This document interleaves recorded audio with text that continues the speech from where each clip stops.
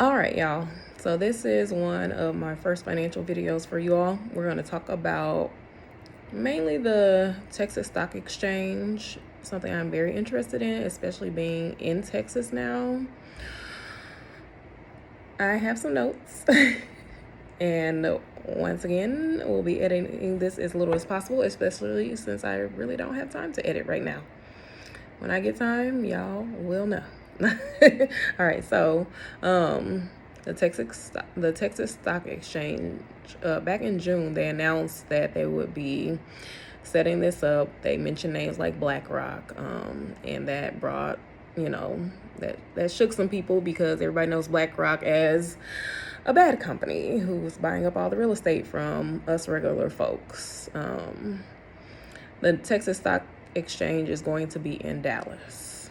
They plan to launch and have their first listings by the end of 2025 / beginning of 2026. Okay, so let's talk about who their rivals are, why they're doing this. So everybody knows about the New York Stock Exchange, and they manage about $28.33 trillion. That's a lot of money.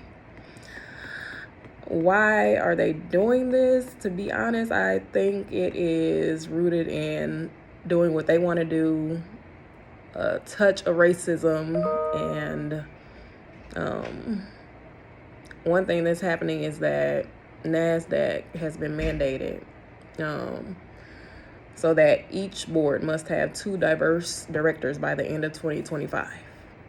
And when is the Texas Stock Exchange happening? Around the end of 2025. Nothing's a coincidence, guys. So instead of hiring 2 diverse directors to the board for each large listed company, a lot of them are going to move or start moving to the Texas Stock Exchange. Also, another mandate was that the boards have to have like 2 diverse hires. Instead of being told who they have to hire, or that they have to hire a person with a certain skin color, background, or sexual orientation, a lot of the companies are just like, I'm gonna just move to Texas, I'm gonna just go over here. Texans like to, the Lone Star State, they like to do what they want to do. And so I did want to take a look at, I found this to be a little funny, and so I was looking at the founders. If you, as a matter of fact, I'm gonna send y'all there yourselves. Go to TXSE.com, the Texas Stock Exchange, and take a look at the leadership and the founders.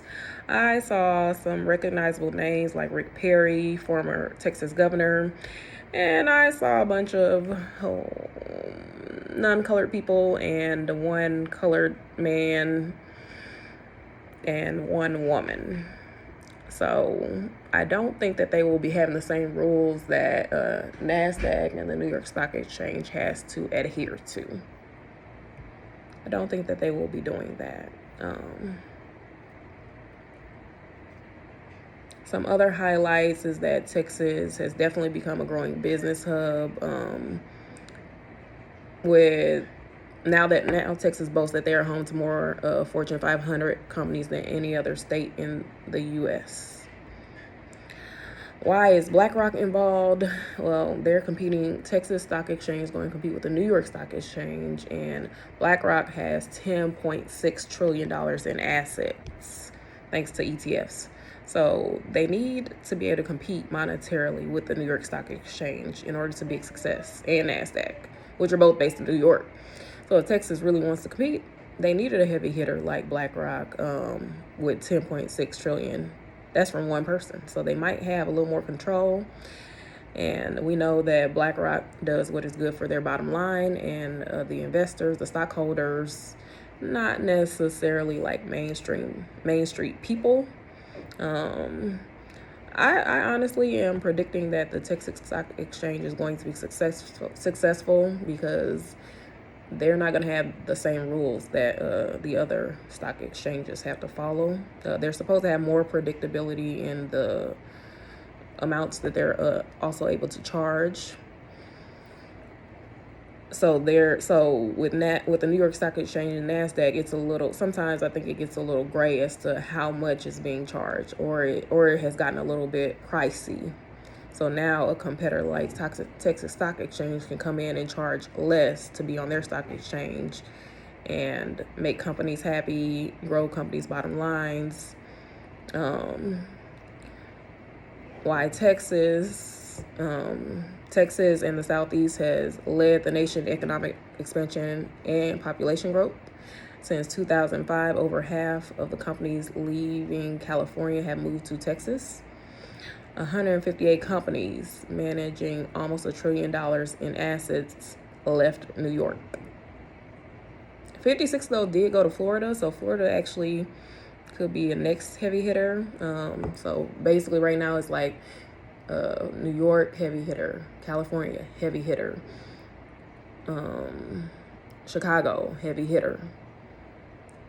Now it's going to be Houston. Now it's going to be Texas. I'm not going to say Houston specifically, especially with the stock exchange, actually, the Texas Stock Exchange actually being in, where they're going to be in Dallas, yeah.